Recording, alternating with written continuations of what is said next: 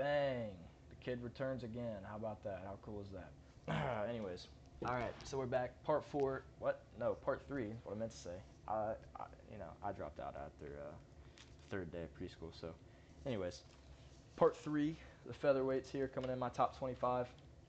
Again, if you haven't watched um, the last two videos, this is not like official rankings, anything like that. It's literally just my opinion, based off a lot of things. It's based off of like where I think people's career trajectory are heading towards. Guys that coming up are going to be higher than guys that are already losing fights, and going down guys that are getting older, stuff like that. Who I think would win in a fight right now is also going to come into play pretty significantly, but I don't know. You'll see. Let's just jump right into things here, starting with number 25, Nathaniel Wood. Now, Nathaniel Wood, real nice fighter out of the UK.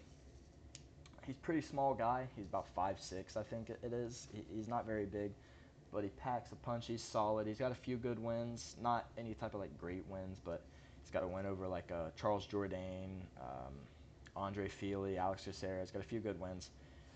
He's 8-3 overall in the UFC. This guy, I feel like since I started watching MMA, I started watching MMA like 2022, and I hear so much about him all the time. Like he's the next big thing, but I it feels like he just is struggling to break through all the way. He's got a fight come up against Morgan Charrier, as you see on the screen there, and that's going to be a good fight. Morgan Charrier is very good, a guy that definitely could have been on this list.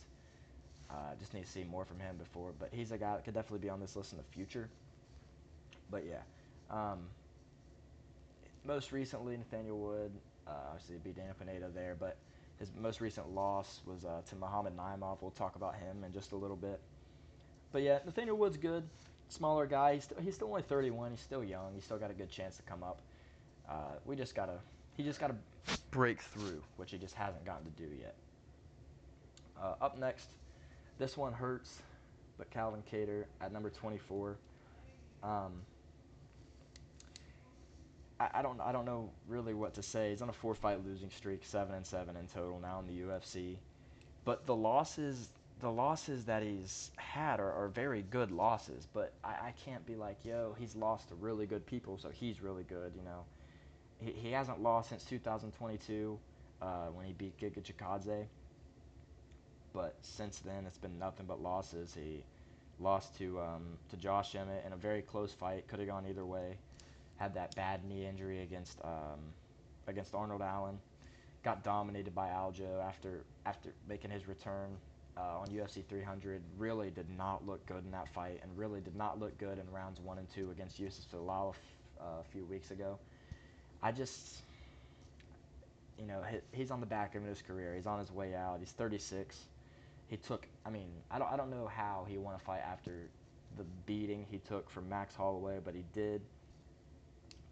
There's nothing much else to say other than he's just on the back end of his career, so he's going to be down the rankings. Um, it feels like the UFC still has him ranked because he kind of slid under the radar almost with these last four losses, but like I see him, I acknowledge him. I know they're good fighters, but you can look good and lose a fight against a good fighter, and he just did not look good against Aljo and Yusuf Salal, and it's not his fault. I know he had a pretty bad knee injury, but he finds himself here at number 24 on my list. Moving on, number 23, we have Steve Garcia. Steve Garcia is solid. He's on a 5-fight win streak right now, but none of them are like great wins, but they're all finishes. Um, he hasn't lost since 2022. He's 6-2 overall in the UFC, and he's still relatively young. He's still probably like right in the prime of his career, 32 years old.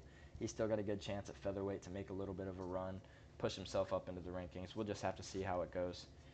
Moving on, though, we got Chepe Mariscal at number 22. He's undefeated in the UFC. I think 5 wins, but those wins aren't great wins. He's got a win over Jack Jenkins, a win over Trevor Peek, Morgan Charrier, which, like I said earlier, Charrier is probably his best win in my opinion. Jack Jenkins is solid, but he's not a top tier kind of guy. But that win over Charrier is probably his best win just because of the promise and like the potential that Morgan Charrier has. That win could age really nicely for him. He's I don't know if I already said this or not, but he's 32. He's still got some time to keep improving and make a little bit of a run here at featherweight. Moving on now, we just talked about Muhammad Naimov with the win over Nathaniel Wood. He looked good in that fight.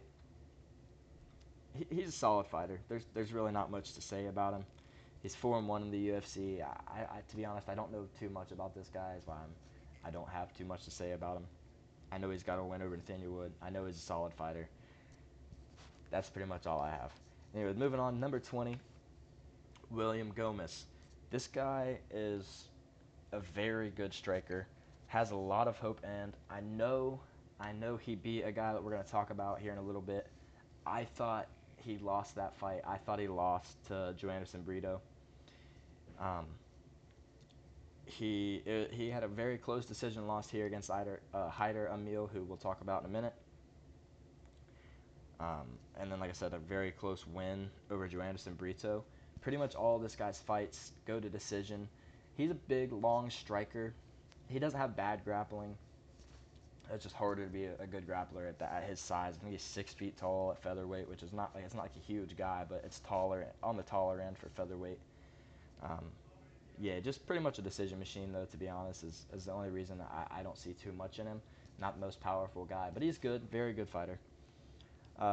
Next up here, we have the guy that just beat him, Hyder Emil. Another guy I really don't know much about. I know he's undefeated. Obviously, you can see that on the screen. Won his last fight in July. He's got that win over Gomez, a close fight, which is the reason he finds himself above Gomez on this list. But like I said, another guy, I don't know too much about him, to be completely honest. Anyways, next up, Sadiq Yusuff. This is a guy who had so much promise, which he only has good losses, so it's not something I could be like, this guy sucks because he's lost 3 times in the UFC, but they're only good losses, really. And he's 31 years old, so he's got a chance. He can still improve. He can still come back. Hasn't fought since that fight at UFC 300 where he got brutally knocked out against Diego Lopez, got dropped really early into the fight, got back to his feet, got knocked out. But that's Diego Lopez. He's doing that to pretty much everybody. He really doesn't have any like very significant wins. He's got a win over Andre Fili's probably his best win, that or maybe Alex Caceres, but they're not like big wins, so I can't put him too high up on the list. He looked pretty good early on against Edson Barboza, and then Barboza, who we will switch to now, Edson Barboza, put up one of the craftiest performances you'll see, getting a comeback win, winning, I believe it was 3, 4, and 5, actually, to defeat Sadiq Yusuff. Everybody knows that. We all know about Edson Barboza. You know what's up. He's old. He's 39 years old, but Unk still has it. Lost his last fight to Lerone Murphy. We got pretty well dominated. Lerone Murphy's very, very good. We'll talk about him in a little bit. But you pretty well got dominated in that fight. He's got a loss to Bryce Mitchell, a loss to Giga Chikadze, and a loss to Dan Ige. Like, these are his recent losses. But these, again, are all good losses, but not good enough to where like I can just like keep him up there. But he still looks good in most of his fights. He was a step behind Murphy. Lerone Murphy's just very good, so, but he still looked decent in that fight. Moving on to the gatekeeper of featherweight, Dan Ige. I'm a huge Dan Ige fan. I don't really have a reason, to be honest, but something about Dan Ige gets me fired up. I like this guy. Like I said, he's pretty much the gatekeeper of featherweight. Like, if you look at his record, his losses are to the top guys of the division, like Movsar, Diego Lopez, Lerone Murphy, which was actually a close fight. I believe he dropped Lerone Murphy in the first round. Bryce Mitchell, which also a very close fight. Josh Emmett, Calvin Kattar, like these are all guys that were towards the top of the division at some points in their career. And he's only been finished one time in his entire career, and it was in his second not his second UFC fight, his second fight in general, his second professional MMA fight is the only time this guy has been finished.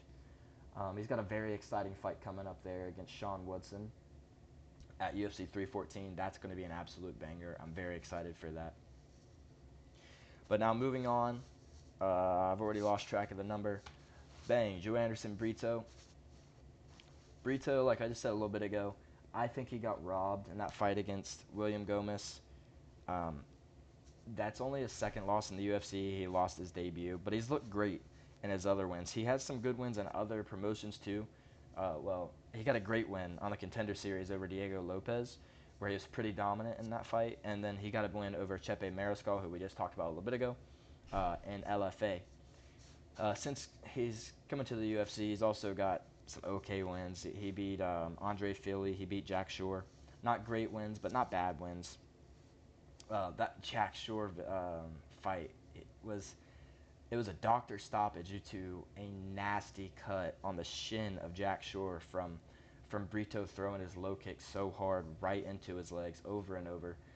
Jack Shore was checking him, and it just cut his leg open. It was the most unbelievable finish I've ever seen. It was actually pretty cool to see. Like the doctor was like putting his thumb in the cut. It was disgusting. It was, I believe that was on UFC 301, but it was really awesome to see. He looked great in that fight. He's fast. He's explosive. He's powerful. He's a good grappler. He really has everything you want. And the best part about him, he's 30 years old. He's still improving. This guy could make a run into the top 10, in my opinion, at some point in his career, probably pretty soon.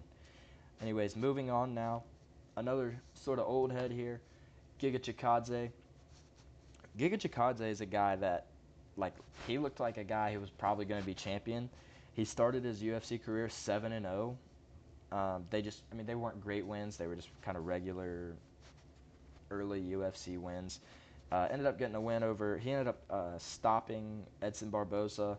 Got a win over Cub Swanson, and then he lost to Calvin Kattar. Kind of slowed down a little bit recently. He lost to Arnold Allen there. You'll see on UFC 304. But he looked great to start his career. He's a fantastic striker. Just losing a little bit of speed, losing a little bit of his pop in his old age. And not that he's super old, but at featherweight, 36 is, not the best age. You know what I mean? That's kind of starting the back end of your career. And unfortunately, that is the case for Giga Chikadze. He's slowing down a little bit, just lost a little bit of a step into his game. So he finds himself at whatever fucking number we're at. Anyways, up next, Sean Woodson. This guy is literally, he looks like Slender Man. You can see his arms are about the size of my thumb on my screen right now. This guy is 6'2" and has a 78-inch reach or something like that. Like has the most insane build I've ever seen of featherweight. He looks so funny in the octagon. And it's just like you look at him and you're like, what the fuck is this? Anyways, clearly he's a pretty long, rangy striker. He's got some pretty decent wins. He got a win over Yusuf Zalal a few years ago.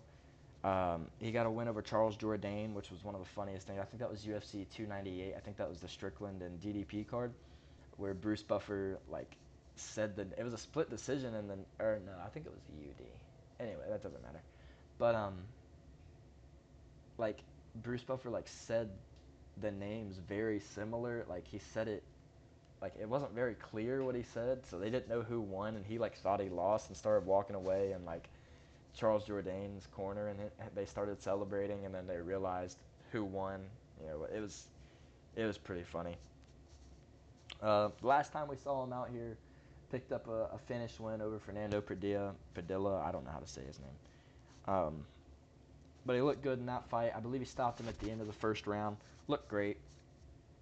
Not much else to say there about him. So up next, we have Yusuf Zalal. I know I just said that Sean Woodson picked up a W over Yusuf Zalal, but that was way back in the day. Yusuf Zalal, he's very young. He's 28 years old. He is one of the most athletic fighters I've watched personally. He's super athletic, super fast, super twitchy. He's able to get in and out like no other. He's got great footwork. He had one of the most unique UFC careers I think I've seen.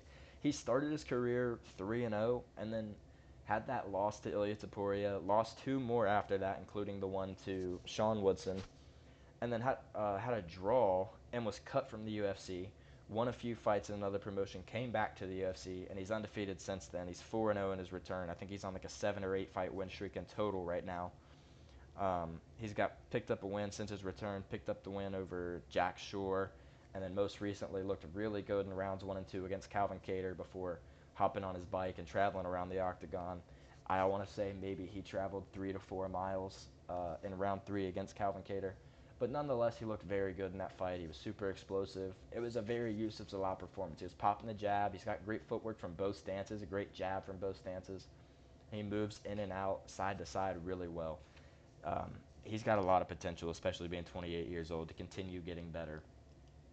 Um, Very excited to see where his career goes, really. He's just recently been ranked after that win against Calvin Kattar, and I think he deserves it. I think he's very good. So up next, we have Bryce Mitchell, brother. What do you say about Bryce Mitchell? This guy's the embodiment of CTE. Got one of the most interesting wins I've ever seen in his last time out against Crone Gracie, where Crone Gracie laid on his back the entire fight. Bryce laid on top of him, tried not to get submitted, and then Crone Gracie jumped guard, and Bryce slammed him on his head and KO'd him. I don't know. It was interesting. I guess I don't know what else to say about that. Bryce Mitchell, like I said, he's literally the embodiment of CTE. Everybody knows what he said about Big H over there, Big Hitler. Most recently, he's gone he posted, I think, a video on his Instagram about saying he hasn't been able to sleep because John Silva is sending demons to him and trying to possess him during his sleep. I don't even know. I, he got brutally KO'd at UFC 295, I think it was, by Josh Emmett, and he has just said some of the craziest things you'll ever hear since then. He's a great fighter, though. I believe he was undefeated until he ran into Ilia Topuria. He looked good in round 1 against Ilia, got dropped in round 2 and submitted. Picked up a win over Dan Ige after that, and then just got brutally finished by Josh Emmett, and then was out for a long time. Just came back, picked up that win over Crone Gracie, and he'll be fighting John Silva here at UFC 314, which I am genuinely worried for Bryce Mitchell. After that KO against Josh Emmett, I'm scared to see what John Silva is going to do to this man.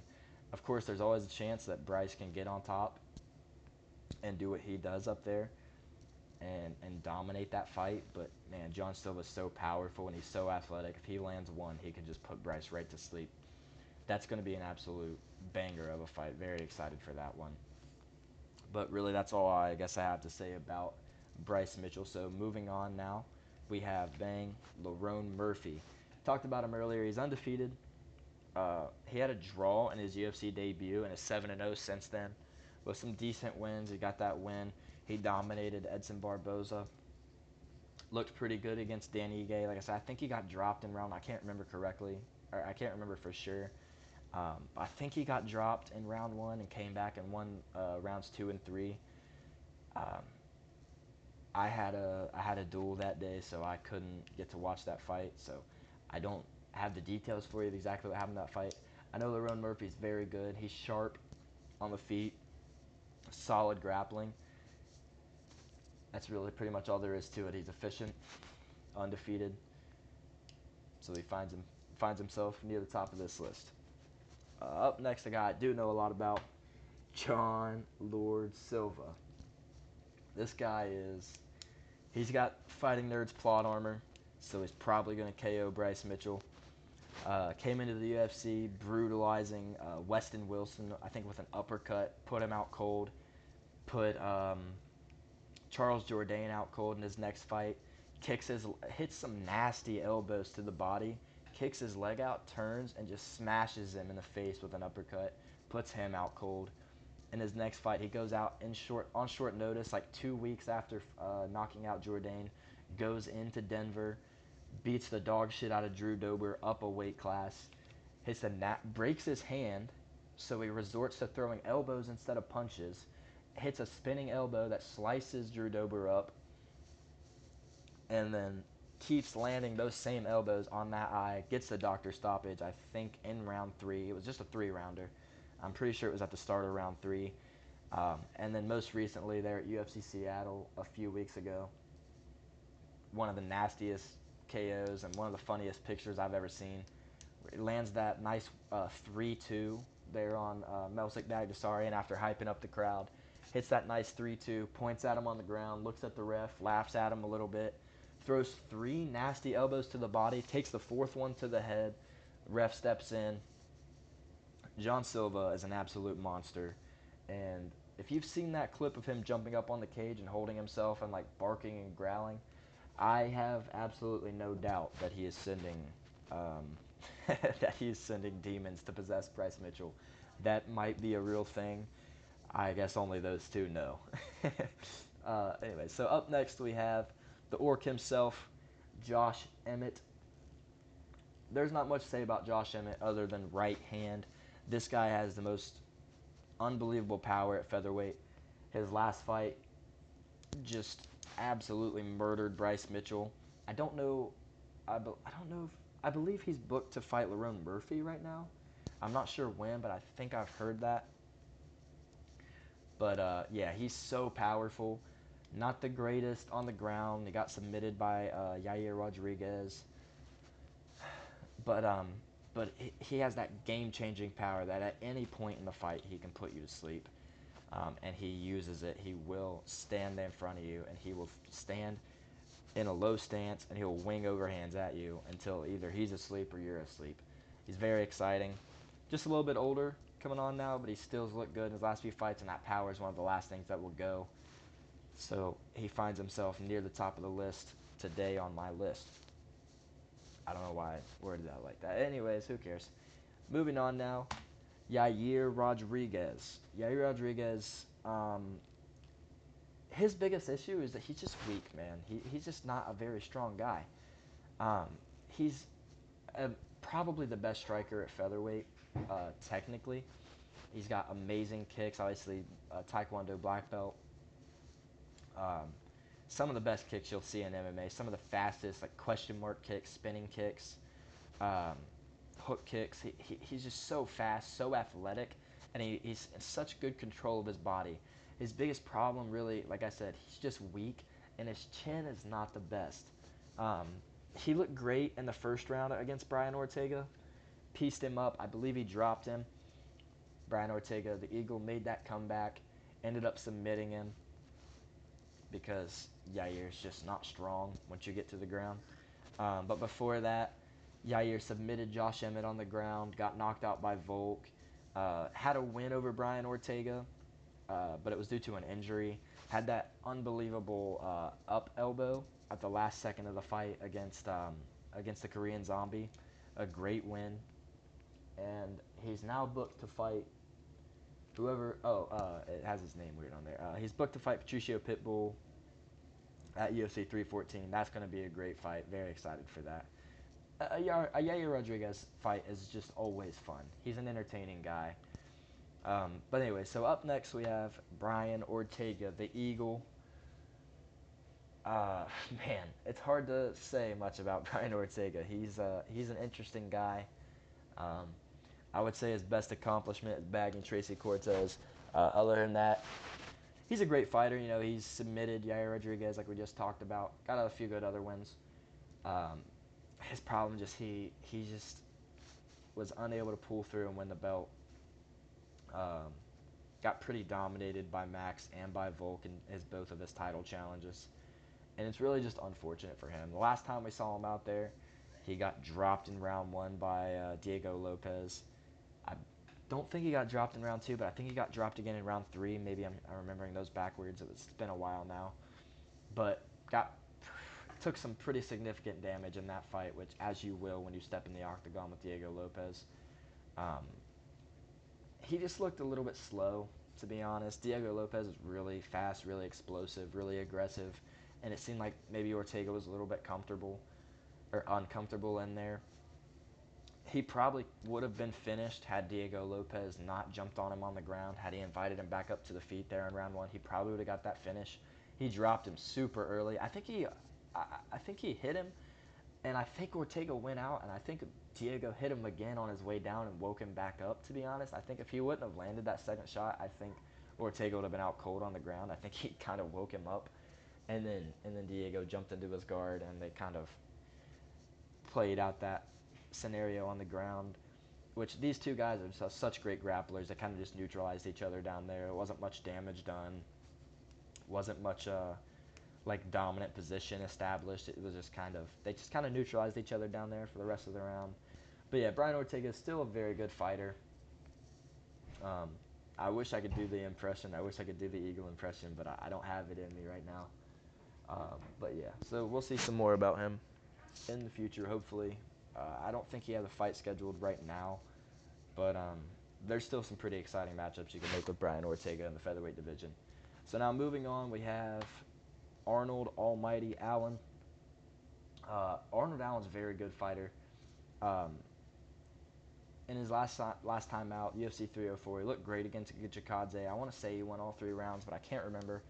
He's very fast, very explosive, a fantastic striker. He looked great in there against Max Holloway. Did much better, honestly, than I anticipated. Um, he's aggressive.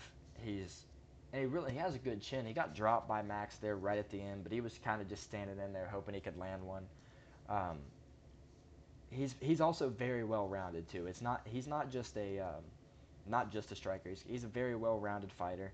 It's hard to find too much of a weakness here with Arnold Allen. He's really good. He is. He's really good.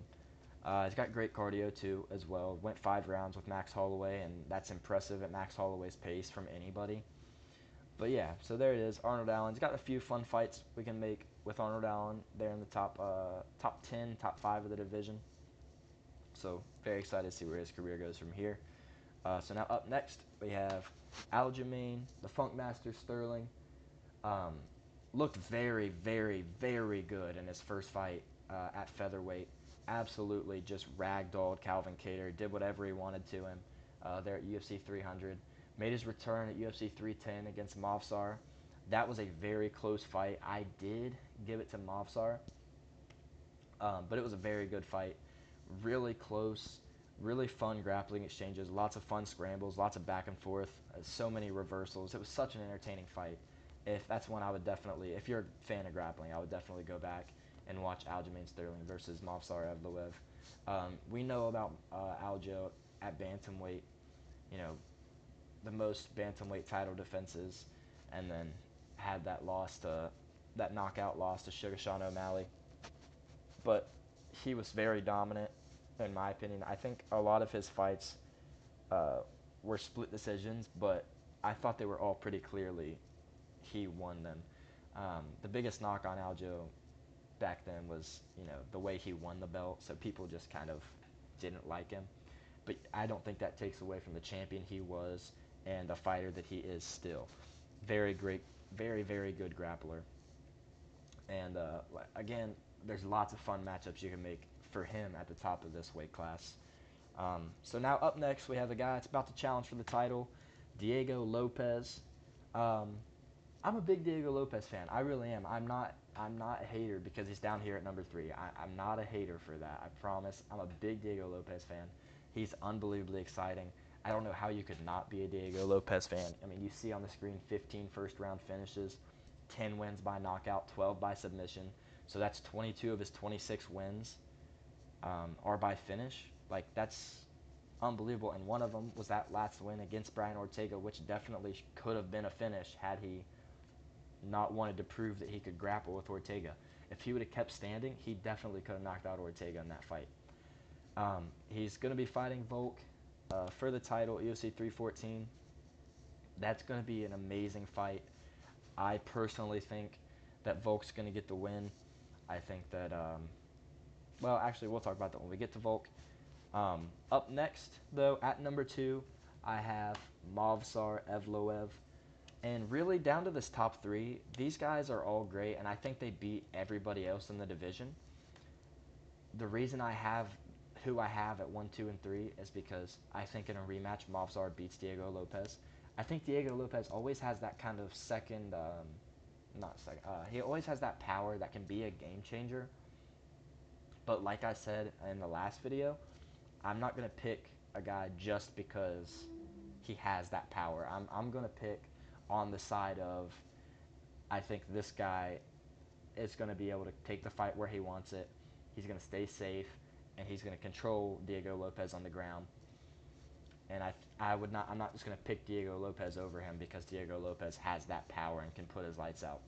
Of course, that could be a flaw in my predicting, I guess, but it's it's proved so many times when I pick for power, then they don't land the shot. So I got Movsar in here at number 2, undefeated, decision machine, at least in the UFC. And honestly, I kind of feel bad for him. I don't feel bad for him really because I think he might be on some PEDs and he's a Dagestani. So you got that little bit of like, it's not that I'm a Dagestani hater. It's just like these guys just win too much, kind of. So I think in a rematch, I think he beats Diego Lopez. And I think in a fight against the guy here at number 1, Alexander the Great Volkanovski, I think he loses that fight too. I think he struggles to get Volk to the ground. I think Islam struggled to get Volk. Well, not he didn't struggle, but he struggled more than most to get Volk to the ground. Volk defended many takedowns, looked great in the grappling against Islam. That I think he would be able to do the same. I don't think Movsar is on the same level as Islam Makhachev. So ultimately, I think Volk would be able to keep that fight on the feet. I think he would ultimately end up piecing up Movsar. And I don't think Movsar has the gas tank to hang with Volk. So I think that's why I have Volk over Movsar. Now, in this fight against Diego Lopez is a similar thing. I think he's going to struggle to get Volk to the ground. There is that issue of, like I just mentioned, that Lopez can put Volk's lights out at any time. Volk is aging, and he has been knocked out 2 times in a row now. But he's had over a year. He's had 14 months to recover. It'll be 14 months, over almost 14 months to the day when he steps in the octagon. And he still looked great in rounds 1 and 2 before the knockout against Topuria. And he looked good in round 1 against Makhachev before that head kick. He won round 1 against Ilya. I believe it was a pretty close round 1 against Makhachev before the head kick. He was winning round 2 against Ilya, and then obviously that power got to him.